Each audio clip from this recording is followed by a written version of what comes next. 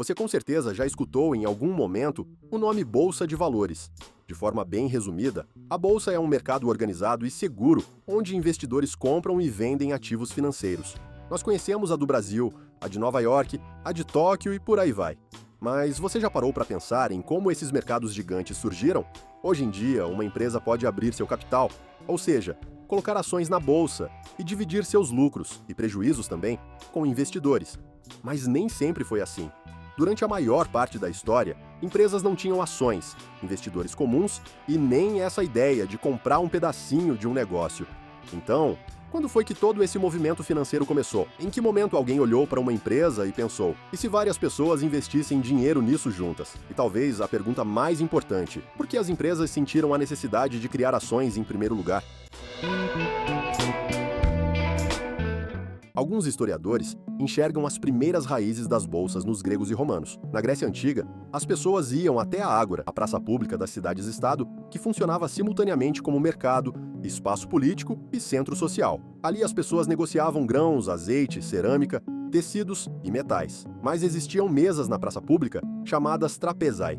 Foi nessas mesas que surgiram os primeiros cambistas e financistas da Grécia Antiga, que no começo realizavam principalmente operações de troca de moedas, mas que com o tempo passaram a oferecer empréstimos, depósitos e outros serviços financeiros. Existia também o empórium, um porto ou área comercial dedicada ao comércio exterior, especialmente marítimo.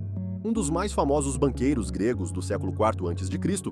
foi Pasión de Atenas, que construiu um império financeiro que incluía operações de câmbio, empréstimos e o financiamento de frotas comerciais que navegavam por todo o Mediterrâneo. Já em Roma, existiam cidadãos que emprestavam dinheiro a juros, compravam cereais para especulação e os enviavam para Roma, os chamados negociatores. Existiam também, naquela época, um grupo chamado publicani, empresários que faziam contratos com o Estado romano para cobrar impostos, construir estradas e abastecer o exército.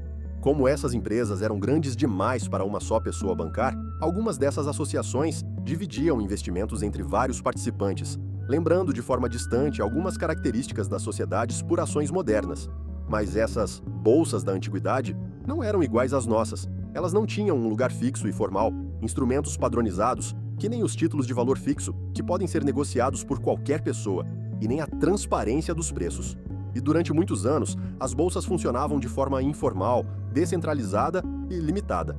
Homens continuavam se reunindo em praças e lugares públicos para fazer suas trocas. Até que, no século XV, um grupo de comerciantes começou a se reunir em frente a uma hospedaria de uma família chamada Van der Beurs, em Bruges, na Bélgica. Esses comerciantes se encontravam ali para negociar capitais e títulos de dívida. Mas como os encontros aconteciam justamente em uma propriedade dos Beurs, o nome da família acabou sendo associado ao local. Tradicionalmente, a origem da palavra bolsa é associada a esses encontros. O brasão da família também consistia em 3 bolsas feitas de pele, o que reforçou ainda mais o nome.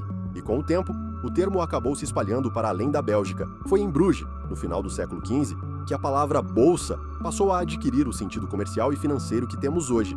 Mas elas ainda eram informais e muito limitadas. Mas em Antuérpia, na Bélgica, algo diferente começou a acontecer. A cidade começou a desenvolver um papel comercial e financeiro extremamente importante ao conectar os centros comerciais do sul da Europa com o centro e o norte do continente.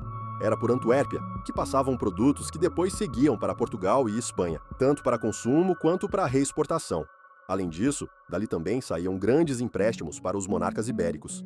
O volume de negócios financeiros na cidade era tão gigantesco que uma filial alemã chegou a emprestar $500 mil de florins de ouro para Carlos V financiar sua campanha ao trono. E a prosperidade da cidade atraiu ainda mais comerciantes. Muitos judeus expulsos de Portugal se estabeleceram em Antuérpia, levando consigo experiência no comércio e no artesanato. Eles enriqueceram especialmente a indústria dos diamantes e ajudaram a fortalecer ainda mais a economia local. E foi justamente nessa cidade que, em 1531, surgiu a Bolsa de Antuérpia, considerada por muitos a primeira bolsa formal da história, criada após estabelecerem um lugar fixo para as atividades financeiras na cidade. Lá eram negociados empréstimos, moedas e diversos produtos, vindos de diferentes partes do mundo. Então agora, os mercadores que antes faziam negócios em praças e espaços públicos passaram a ter um lugar específico para negociar. Depois da Bolsa de Antuérpia, outras começaram a surgir pela Europa, como a de Londres e as de Lyon, Bordeaux e Marsella. Mas naquela época, ainda não existiam ações. Então sim, Até esse momento da história, todas as bolsas, desde as mais antigas até as formais, funcionavam sem uma única ação sendo negociada. O foco era a troca de moedas, dívidas, metais e matérias-primas. E apesar de a Roma antiga ter criado algo que lembrava uma ação, como eu falei no começo, aquilo ainda estava muito longe do modelo que conhecemos hoje. Pessoas comuns não participavam dos lucros, somente os sócios envolvidos no negócio. Então, como foi que as ações surgiram? Bem, lembra que um dos itens trocados por esses comerciantes eram matérias-primas? Então, entre essas matérias-primas estavam pimenta, cravo, canela e várias outras especiarias que não eram encontradas na Europa, somente na Ásia.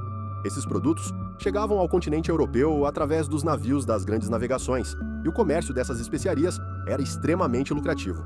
Na Europa, esses produtos eram raros, caros e muito cobiçados, tanto para a culinária quanto para a conservação de alimentos, perfumes e remédios.